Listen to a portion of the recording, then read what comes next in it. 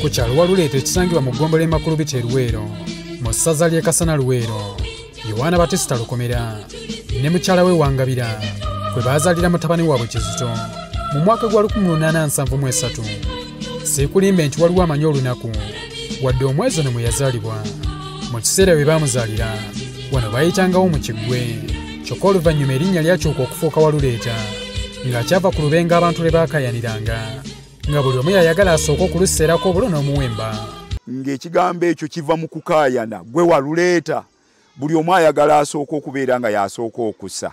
Kizito ku kyalo kino yawangalako emyaka 6 gyokka, kitaawe n'amuweereza ewa muganda we mu Lubiri e Mengo. Taata we amuzaala Lukomera yamuwa muganda we eyali akola mu Lubiri ewa Mwanga. Kizito ayogerwako ng'omulenzi eyali omuwulize ennyo, ng'alina ebitone enfofoolo, ekyamufuula omwagalwa w'abangi mu Lubiri, wadde nga yali akyali mutiini. Ng'abaminsani amansi ne mapeera baleese ku n'eddiini, era nga batandise okugisomesa bannansi.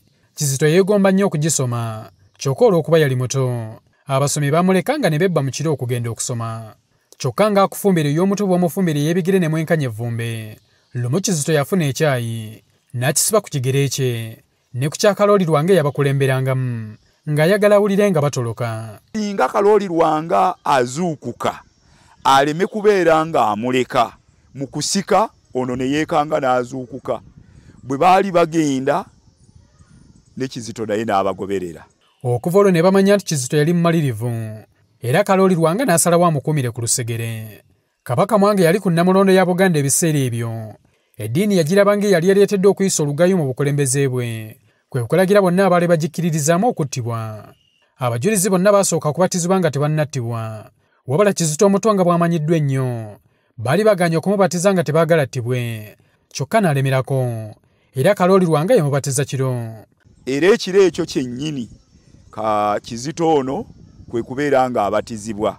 Kiwanuuzibwa nti bwe baatuuka e Namugongo mu kifo we baali bagenda okwokera abajulizi, Kizito baamwegayirira abiveeko, kyokka n'akomba kwebaziriibwa nti ne mu kukuma omuliro ye baasooka kwokya bigere, nga balowooza nti anaamala abiddukamu kyokka nga basiwansana ku mazzi.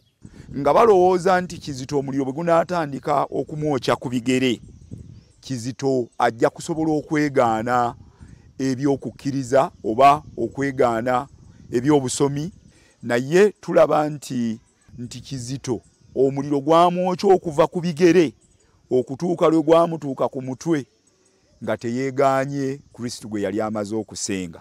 Ng'amaze okwokebwa ne banne abalala 21 nga be bakkiriza Obukatoliki, kitaawe Lukomera yagoberera omukulu gwa mutabani we, n'akkiriza eddiini, era n'abatizibwa erya Yowaana Batisita.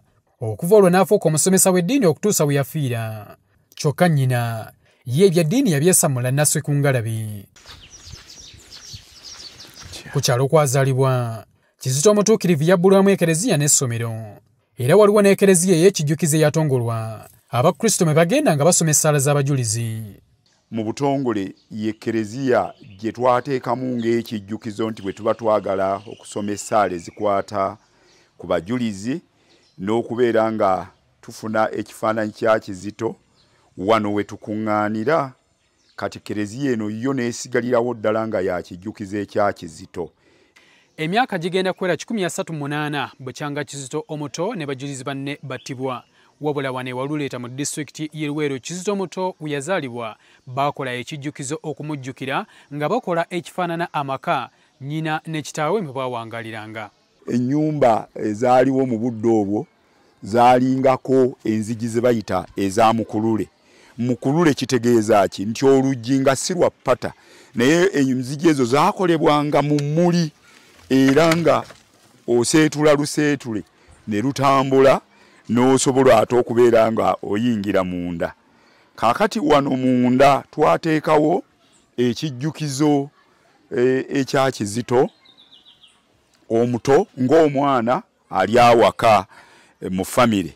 Mu nnyumba mulimu obuliri nga bwa mbugo, okusiiga ekifaananyi ky'ebikunta abedda bibe bikkanga, effumu lya ssemaka, ensuwa y'amazzi, n'olwendo olwakozesebwanga okusena amazzi. Mwalingamu ensuwa ennene eyo gy'olaba y'amazzi.